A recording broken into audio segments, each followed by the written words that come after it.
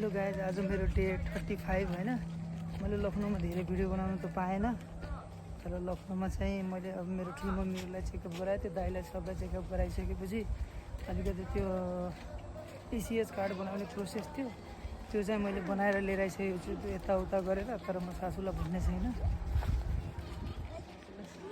होइन, उहाँलाई म भन्दिनँ केही पनि। अनि उहाँसँग चाहिँ म आज सानो मजाक प्रयाङ गर्न लागेको छु होइन, भन्दैन। तर मैले चाहिँ बनाएर चाहिँ काम चाहिँ बनाएर लिएर आइसकेको छु। मैले सबै काम गरिसकेँ, एसिएसको काम। अनि ठुलो मम्मीलाई चेकअप पनि गराएँ।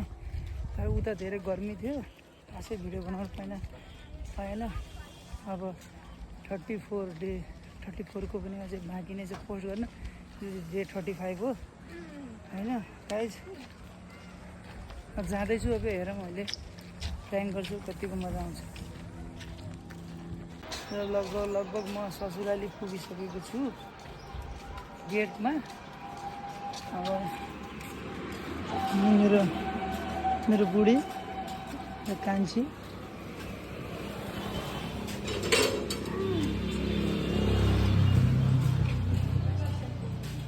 अब म भित्र इन्ट्री भइसक्यो गाइस।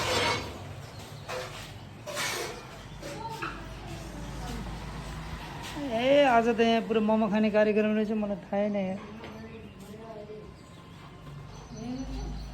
मम्मी यहीँ हुनुहुन्छ। तपाईँको काम अब अहिले हुन्न गरे। कस्तो कुरा गर्नु भएन, त्यत्रो दौडेर गएको अनि दौडे थियो त्यत्रो, अनि अब अहिले हुँदैन। तपाईँ डबल दस्तुरमा पर्ने हुनुहुन्छ गरे। जस्तो 30 लाख थियो भने 60,000मा पर्नुहुन्छ गरे। अब तपाईँको इच्छा बन्यो, तर बोझ झ्याउ छ यार, परेसान। बनाउनु भन्दा नबनाउनै ठिक छ। जहाँबाट पनि ल्याउनु, मैले के भन्नु। बनाउने इच्छा छ भने बनाउनु होला के त, मैले के भन्ने त।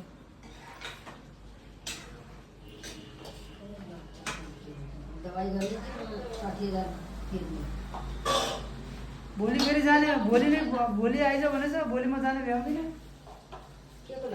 तपाईँ हामीलाई बोलाएको छ क्या, त्यही एसिएस कार्डको लागि।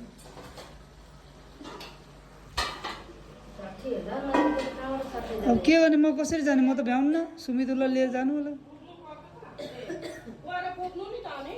म त जानु भ्याउनु। पापाको नभए पनि तपाईँको त हुन्छ नि त। मेरो 2जनाले 60,000मा पनि उपचार भयो भनेपछि तर म जाने भ्याउन्न है फेरि, पहिले भने।